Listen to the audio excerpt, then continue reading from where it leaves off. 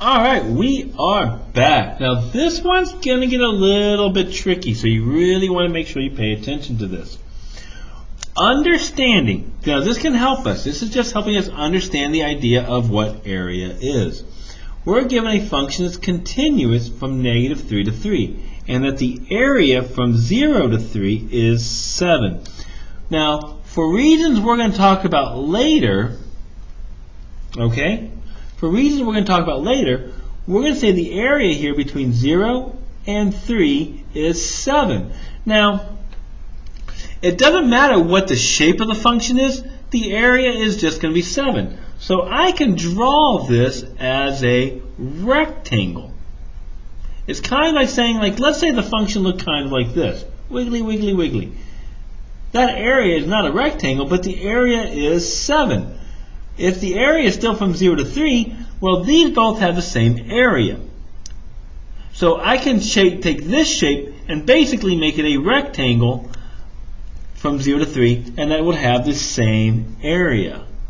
So I want to talk a little bit about this real quickly before we move on. What would be the height of that rectangle? Well, that's pretty easy. To get the height, we're going to take the area divided by the base. So we know that the height of our rectangle is just going to be 7/3. Now this is a very, very important formula for us in calculus. For the function f of x, this is the average value. Now, later on, I am going to make average value seem very difficult. But all it is that you're just going to look at the area of the function and you just divide it by the base. That's all you're going to do. It's the height of the rectangle that would be formed right there. All right, but we're going to treat this whole area like it's a rectangle, so make it a lot easier for us. For the first question right here, they're saying, okay, well, what would be the area of the function if we have a vertical shift? Now, there is a mistake here. This means a horizontal shift. This should be -3 and that should be a 0. There's a little typo there. So this is a horizontal shift from your Algebra 2 or Pre-Calc. So remember, we're looking for the area between the function and the x-axis. So the question is, how would this affect my area? Well, not too much surprisingly. Remember, my original is from 0 to 3. This is a horizontal shift, and we are going to move left 3 units. So if I move my rectangle left 3 units, now my rectangle is going to be from -3 to 0. So there's my new rectangle. Now remember, it still has a height, 7/3, but the question is, what is the area? Well, if I'm only looking at the area between the x-axis and the function itself, that area doesn't change because I didn't move anything. So the area is still 7. So another way to think about this is a horizontal shift does not affect area. Now, you already know this from physics.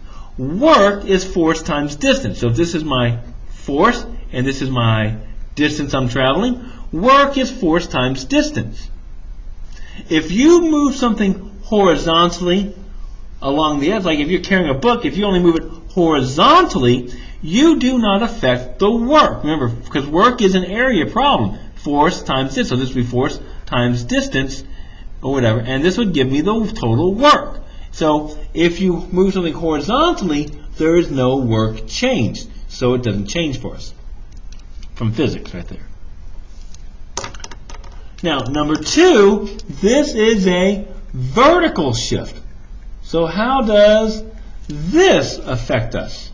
Well, this will, because think about work. If you lift something up, you're actually doing work. That's why I used to always carry the books for the girls. It was 0 work, because they're just walking along the street. It's no work to carry a book, to be polite, but once we came to stairs, nope, you got to carry your own books. I don't work for you.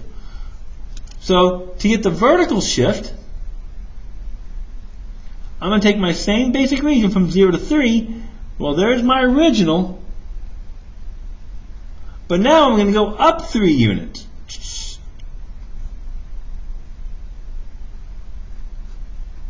Now, this area is still 7.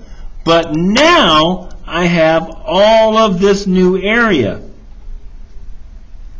that I have to worry about. Because remember, we're always measuring to the x-axis. So my original area was 7. My new area, well, this is a rectangle, 3 by 3.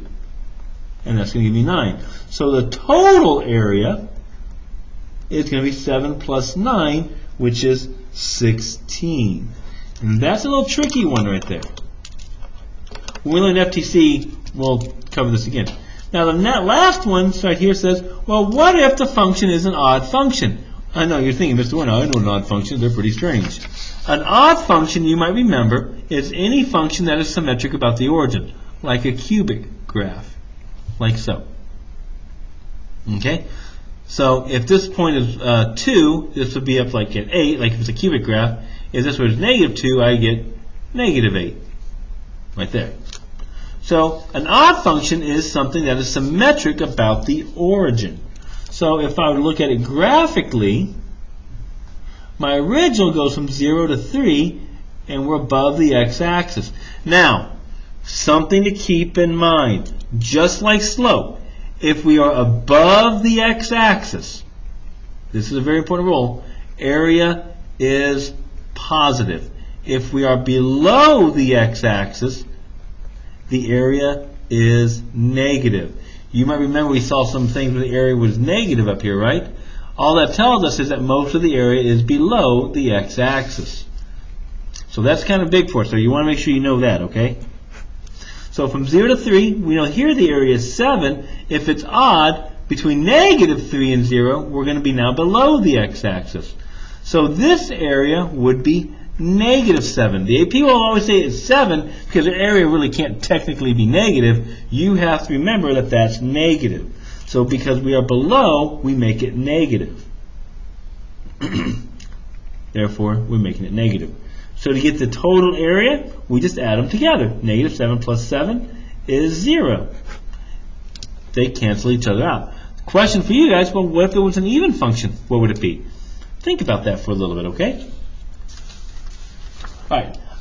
Go to video 4. We're going to take a look at more of a geometrical, physical application of these. It's pretty kind of fun to do. I'll see you then. Bye-bye.